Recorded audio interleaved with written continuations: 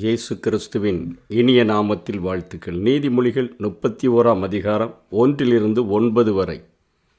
ராஜாவாகிய லேமுவேலுக்கு அடுத்த வசனங்கள். அவன் தாய் அவனுக்கு போதித்த உபதேசமானது, என் மகனே, என் கற்பத்தின் குமாரனே, என் பொருத்தனைகளின் புத்திரனே என்று சொல்லி 26 வசனத்தில் தன் வாயை ஞானம் விளங்க திறக்கிறாள். தயையுள்ள போதகம் அவள் நாவின் மேல் இருக்கிறது என்று சொல்லி இந்த நீதிமொழிகள் எழுதப்பட்டிருக்கிறது. இதே லேமுவேல் என்று அழைக்கப்படுகிற இந்த ராஜாவை ஒருவேளை சாலமோனாக இருக்கலாம் என்று சொல்லுகிறார்கள். இல்லை என்று சொன்னால் மாசா என்கிற இடத்தினுடைய ராஜாவாக இருக்கலாம் என்று சொல்லி இங்கே வேத ஆராய்ச்சியாளர்கள் பல கருத்துக்களை கூறுகிறார்கள். எப்படி எடுத்துக்கொண்டாலும் ஒரு ராஜாவுக்கு ஒரு ஞானமுள்ள தாய் போதிக்கிறதாக இந்த வசனங்கள் அமைந்துள்ளதை நாம் பார்க்கிறோம். எகிப்து தேசத்தில் மொசபத்தோமியா, கிரேக்க வார்த்தையில் மொசபத்தோமியா என்று அழைக்கப்படுகிற ஈராக், சிரியா, குவைத்து, துருக்கியினுடைய ஒரு பகுதியாக இருக்கக்கூடிய அந்த தேசங்களிலே அவர்களுடைய இலக்கியங்களிலே அரசர்களுக்கு கொடுக்கப்படும் இத்தகையான பல உபதேசங்கள் காணப்படுகின்றன என்று கூறுகிறார்கள். அவருடைய இலக்கியங்களிலேயே ஒரு ராஜா எப்படி இருக்க வேண்டும் என்று சொல்லி இப்படிப்பட்ட ஞானமுள்ள உபதேசங்கள் இருக்கின்றன என்று சொல்லுகிறார்கள். வேதத்திலும் நம்மை ஆளுகிறவர்கள் எப்படி இருக்க வேண்டும் என்கிற காரியத்தை ஆவியானவர் இந்த தாய் அந்த ராஜாவுக்கு சொல்லுவது போல இங்கே ஒரு காரியத்தை எழுதி வைத்திருக்கிறதை பார்க்கிறோம். முதல்ல அவனுடைய தாய் அவனை பார்த்து, அவனுடைய பிறப்பை பார்த்து அவனுக்கு ஒரு காரியத்தை சொல்லுகிறார். என் மகனே, என் கற்பத்தின் குமாரனே, என் பொருத்தனைகளின் புத்திரனே, நீ பொருத்தனையினால் பிறந்தவன். நான் கர்த்தருக்கென்று ஒரு பொருத்தனை செய்து கொண்டேன் என்பதை அவன் புரிந்து கொள்ளும் வண்ணமாக அவனோடு கூட அந்த காரியத்தை சொல்லி அவள் தொடங்குகிறதை பார்க்கிறோம். வெறுமையாக மகனே என்று சொல்லி அழைக்காமல் என் பொருத்தனையின் குமாரனே என்று சொல்லி, பொருத்தனையின் புத்திரனே என்று சொல்லி அவள் அழைக்கிறதை பார்க்கிறோம். இந்த பொருத்தனையின் புத்திரன் என்று சொன்னால் நாம் 1 சாமுவேல் 1 அதிகாரம் 9 வசனத்திலிருந்து 21 வசனம் வரையிலும் அன்னாளினுடைய பொருத்தனையை நாம் பார்க்கிறோம். ஒரு தீர்க்கதரிசியான ஒரு தலைவனுடைய பிறப்பை குறித்து அவள் தாய் செய்த பொருத்தனை அங்கே எழுதப்பட்டிருக்கிறது.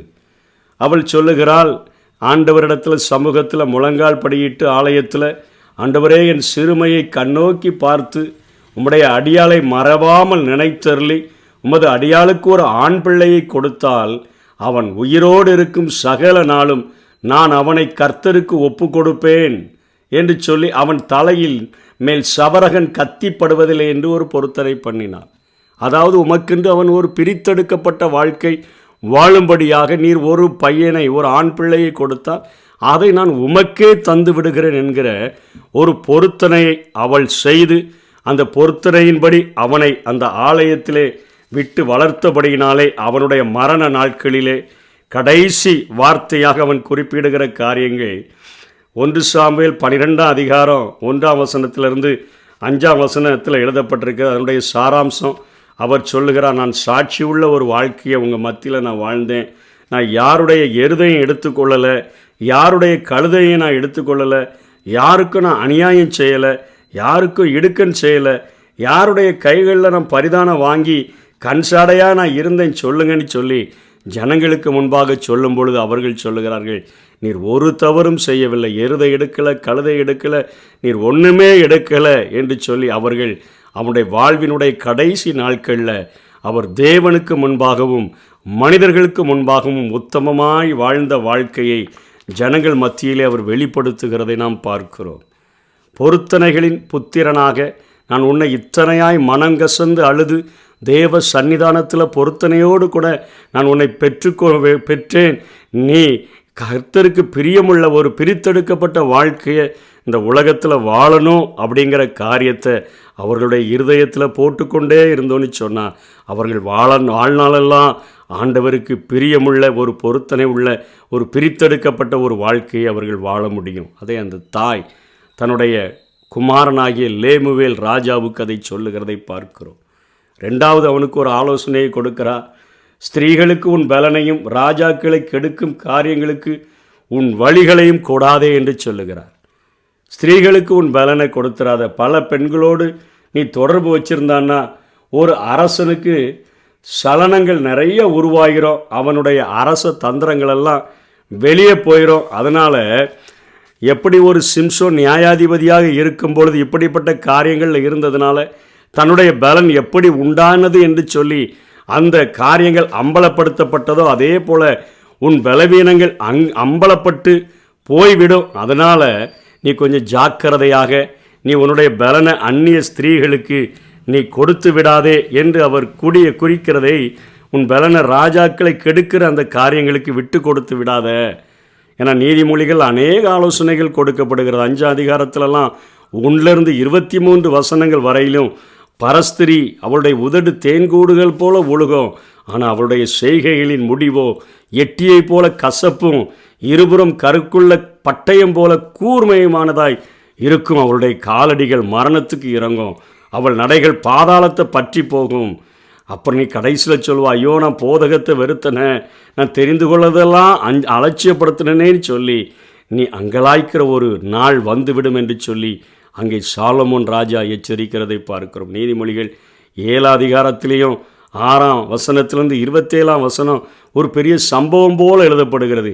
மாலை மயங்கும் அஸ்தமன வேளையில் ஒரு மாடு அடிக்கப்படும்படி செல்லுகிற ஒரு வாலிபனை போல ஒரு பரஸ்திரியின் பின்பாக போகிற ஒரு மூடனை குறித்து சொல்லுது. அவன் விலங்கிடப்பட்டு தண்டனைக்கு போகிறது போலவும், ஒரு மாடு அடிக்கப்படும்படி போகிறது போலவும், ஒரு குருவி தன் பிராணனை வாங்கும்படியாய் கண்ணியை அறியாமல் அதில் போய் விழுகிற தீவி இருக்கிறது போலவும் அவளுக்கு பின்னே போனான். அம்பு அவன் ஈரலை பிளந்துச்சு. நீ பார்க்குற அழகாக கூப்பிட்றான் வைக்கப்படாமல். என்னுடைய புருஷன் வெளியூருக்கு போயிட்டான், வா நான் உனக்காக தான் நான் காத்து கொண்டு இருந்தேன்னு சொல்லி வீதிகளில் நின்று அவனை அழைத்து கொண்டு போய் நம்ம முழுவதும் சந்தோஷமாக இருக்கலான்னு சொல்லி அவனுடைய காரியங்களை குறித்து சாலமோன் இத்தனையாக எழுதி இருக்கிறதை நாம் பார்க்கிறோம். 3வது காரியம், திராட்சரசம் குடிப்பது போதை ஏற்றப்பட்ட, அதாவது போதை ஏற்றப்பட்ட மதுவை குடிப்பது தகுதியல்ல என்று சொல்லி அவள் 4ஆம் வசனத்திலிருந்து 7ஆம் வசனம் வரையிலும் திராட்சை ரசம் குடிப்பது ராஜாக்களுக்கு தகுதியல்ல. லேமுவேலே, அது ராஜாக்களுக்கு தகுதியல்ல, மதுபானம் பிரபுக்களுக்கும் தகுதியல்ல. மதுபானம் பண்ணினால் அவர்கள் நியாயப்பிரமாணத்தை மறந்து சிறுமைப்படுகிறவருடைய நியாயத்தையும் புரட்டுவார்கள். உனக்கு தகுதியல்ல. ஏனென்று சொன்னால் லேவியராகமம் புஸ்தகத்தில் அழகாக ஆண்டவர் பிரித்தெடுக்கப்பட்ட வாழ்க்கை வாழ்கிறவர்களுக்கு கட்டளை கொடுத்திருக்கிறார்.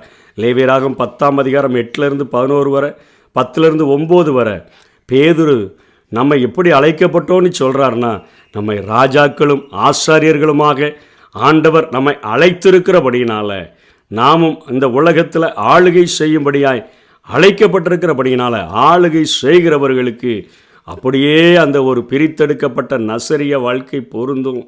அதனால் திராட்சரசம் போதை ஏற்றப்பட்ட திராட்சரசத்தை குடிக்கிறவங்க குடி போதையில் தங்கள் கடமைகளில் தவறி விடுவார்கள். நியாயப்பிரமாணத்தை மறந்து சிறுமைப்பட்டவர்களுடைய நியாயத்தை அவர்கள் புரட்டுவார்கள் என்று சொல்லி இந்த தாய் அந்த மகனுக்கு சொல்லுகிறதை பார்க்கிறோம். அதுக்கு கீழே குடிக்க கொடு என்று சொல்லப்படுகிறது. அது நெகட்டிவாக சொல்லப்பட்டிருக்குது. எப்படி பிரசங்கில, வாலிபனே உன் வாலிப நாட்களில் உன் இருதயம் உன்னை கூறி பார்க்கட்டும், உன் கண்ணின் காட்சிகளில் நெஞ்சின் வழிகளிலும் நட, ஆனாலும் இவை எல்லாவற்றின் நிமித்தம் உன்னை தேவன் நியாயத்தில் கொண்டு வந்து நிறுத்துவார் என்பதை அறி. எபேசியர் 5ஆம் அதிகாரம் 18ஆம் வசனத்தில் பவுல் எபேசு சபைக்கு எழுதும்போது பொதுவாக எழுதுகிறார், துன்மார்க்கத்திற்கு ஏதுவான மதுபான வெறி கொள்ளாமல் ஆவியில் நிறைந்து என்று எழுதுகிறார். 1 தீமோத்தேயு 3ஆம் அதிகாரம் 3ஆம் வசனத்தில் சொல்கிறார், அவன் மதுபான பிரியனாக இருக்கக்கூடாது, ஒரு கண்காணியாக இருக்கிறவன், ஒரு சூப்பர்வைசராக இருக்கிறவன். அவன் மதுபான பிரியனும் அடிக்கிறவனும் இழிவான ஆதாயத்தை இச்சிக்கிறவனுமாய் இராமல் அவன் பொறுமையுள்ளவனும் சண்டை பண்ணாதவனும் பண ஆசை இல்லாதவனுமாய் இருந்து தன் சொந்த குடும்பத்தை நன்றாய் நடத்துகிற ஒரு தகுதி அவனுக்குள்ளே இருக்க வேண்டும் என்று சொல்லி, ஒரு பொறுப்பில் இருக்கக்கூடிய ஒரு மனுஷன் எப்படி இருக்க வேண்டும் என்று சொல்லி பவுலும் அங்கே போதிக்கிறதை நாம் பார்க்கிறோம். கடைசியாக 8ஆம் வசனம் 9ஆம் வசனத்தில் எளிமையானவனுக்கு நியாயம் செய் என்று அந்த தாய் முடிக்கிறதை பார்க்கிறோம். ஊமையனுக்காகவும் திக்கற்றவர்களுடைய நியாயத்துக்காகவும் உன் வாயை திற. உன் வாயை திறந்து நீதியாய் நியாயம் தீர்த்து சிறுமையும் எளிமையுமானவனுக்கு நியாயம் செய். அப்படியே ஆண்டவரை உன்னுடைய வாழ்க்கையில் பிரதிபலிக்க வேண்டும் என்று சொல்லி, அவர் ஏழைகளுக்கு பலனும், நெருக்கப்படுகிற எளியவர்களுக்கு திடனும், புயல் காற்றுக்கு ஒதுங்குகிற புகலிடமுமாய் இருக்கிறாரே, அவரிடத்தில் பொருத்தனை பண்ணி தான் உன்னை பெற்றெடுத்தேன். ஆகவே அவருடைய சுபாவத்தை பிரதிபலிக்கிற ஒரு நியாயத்தை நீ தேசத்தில் நிலைநாட்ட வேண்டும் என்று சொல்லி, நாட்டினுடைய வாழ்வுக்கு உதவிட இன்றைக்கு அரசர்கள் பல திட்டங்களை வகுத்து ஏழை எளியோர்களினுடைய அந்த காரியங்களெல்லாம் கவனிக்கிறாங்களே, அதே போல் நீ கவனிக்கணும் என்று சொல்லி தாய் ஆலோசனை சொல்லி முடிக்கிறதை பார்க்கிறோம். சாலமோனும் சொல்லுகிறார் நீதிமொழிகள் 29:2, துன்மார்க்கர்கள் அரசாளும் போதோ ஜனங்கள் தவிப்பார்கள் என்று சொல்லி 14ஆம் வசனத்தில் சொல்லுகிறார், ஏழைகளை விசாரிக்கிறவனுடைய சிங்காசனம் என்றும் நிலை பெற்றிருக்கும் என்று சொல்லுகிறதை நாம் பார்க்கிறோம். நீதிமொழிகள் 16:12 அநியாயம் செய்வது ராஜாக்களுக்கு அருவருப்பு, நீதியினால் சிங்காசனம் உறுதிப்படும் என்று சொல்லி பார்க்கிறோம். ஆகவே ஆளுகையில் இருக்கக்கூடிய நமக்கு ஒரு தாய் கொடுக்கக்கூடிய ஒரு ஆலோசனை, ஒரு குடும்பத்தை ஆளுகிறவர்களாக இருக்கலாம், ஒரு சமுதாயத்தில் ஒரு பொறுப்பில் வைக்கப்பட்டவர்களாக இருக்கலாம், அல்லது ஒரு சங்கத்தில் பொறுப்பில் வைக்கப்பட்டவர்களாக இருக்கலாம், அல்லது நாம் வாழ்கிற பட்டணத்தில் நமக்கு ஒரு பொறுப்புகள் கொடுக்கப்பட்டிருக்கலாம், அல்லது நாம் வாழுகிற தேசத்தில் நமக்கு ஒரு பொறுப்புகள் கொடுக்கப்பட்டதாக இருக்கலாம். ஆனால் இந்த காரியங்களை கடைபிடித்து வாழும்படியாக, தலையிலிருந்து வாழ் வரையிலும் இந்த ஆலோசனைகளை பெற்று வாழும்படியாக வேதம் நமக்கு அறிவுறுத்தக்கூடியதாக இருக்கிறது.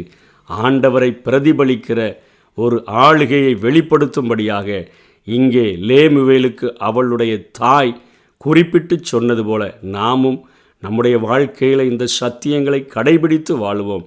கர்த்தர்தாமே நம்மை ஆசீர்வதிப்பாராக.